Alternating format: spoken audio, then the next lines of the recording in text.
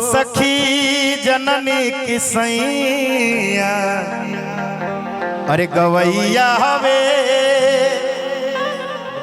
फुहर पातर गीत गावेले छछने करे जा मोरा देखनी हजब से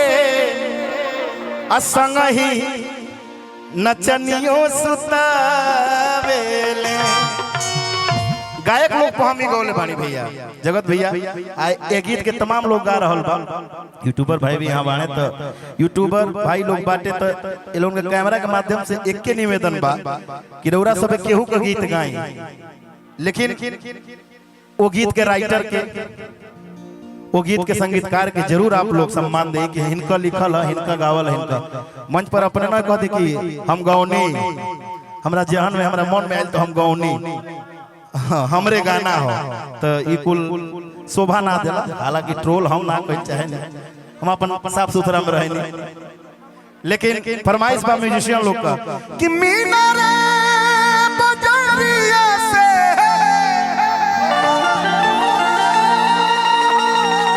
अरे किननी झुलनिया झुलनिया सखी झुलनिया सखी तूरा ले सैया जी से जरिया झुलनिया सखी तूरा ले सैया जी से जरिया झुलनिया सखी तूरा ले सैया जी से जरिया झुलनिया सखी तूरा ले सैया जी से जरिया झुलनिया सखी तूरा ले सैया जी से जरिया झुलनिया सखी तूरा ले सैया जी से जरिया।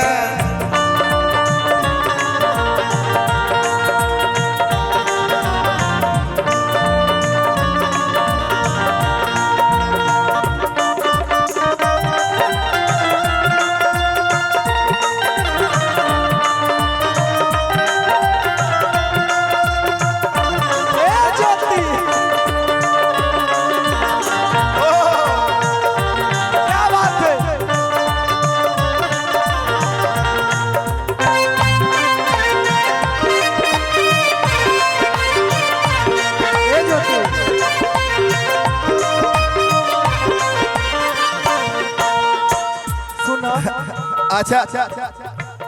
हम समझे कि रौरा एंकर हैं,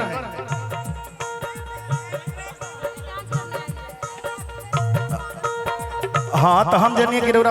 एंकर हैं। एंकर बोलती है ना कपड़ा वैसे ने पहले रहनी तो हमरा ये लागल कि रौरा एंकर हैं। सोनपुर के मेलावा में मीना रे बजरिया गवने के साल के कहानी गवने के साल के कहानी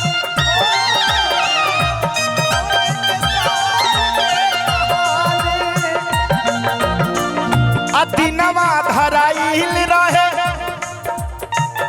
गोधना की बात के नैहर के रहे निशान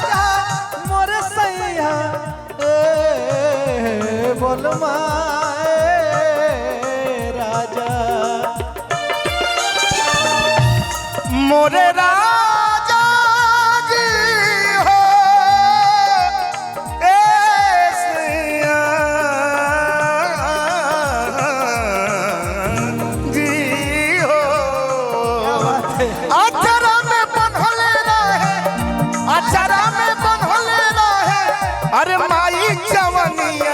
झुलनिया सखी झुलनिया सखी तुरा ले सैया जिसे जरिया झुलनिया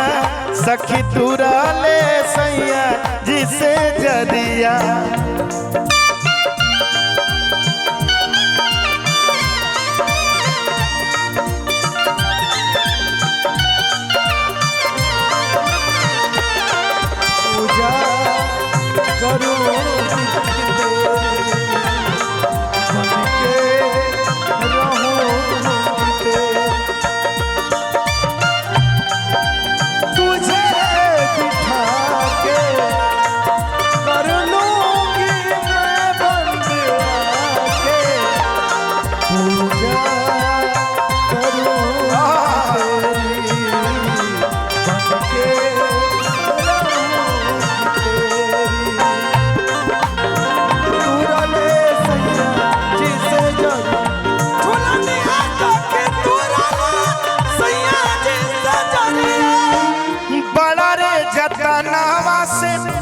गढ़ी गढ़ी सोनरा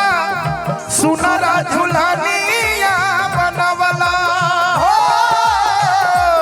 झुलनिया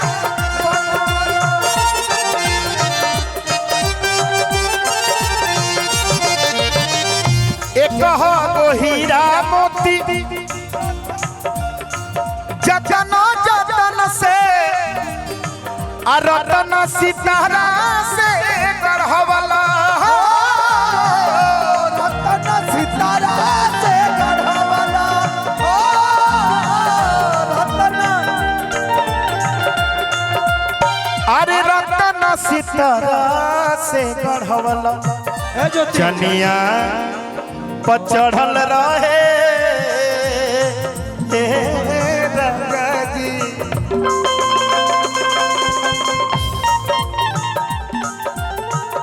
चनिया पर चढ़ल रहे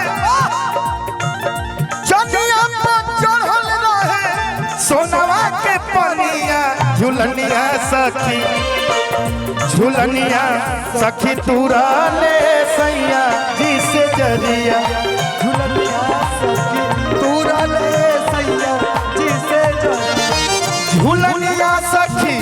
तुरा ले सैया जिसे जरिया झुलनिया सखी तुरा ले सैया जिसे जरिया झुलनिया सखी तुरा ले सैया जिसे जरिया झुलनिया सखी तुरा ले सैया जिसे जरिया झुलनिया सखी तुरा ले सैया जिसे जरिया झुलनिया सखी तुरा ले सैया जिसे जरिया झुलनिया सखी तुरा ले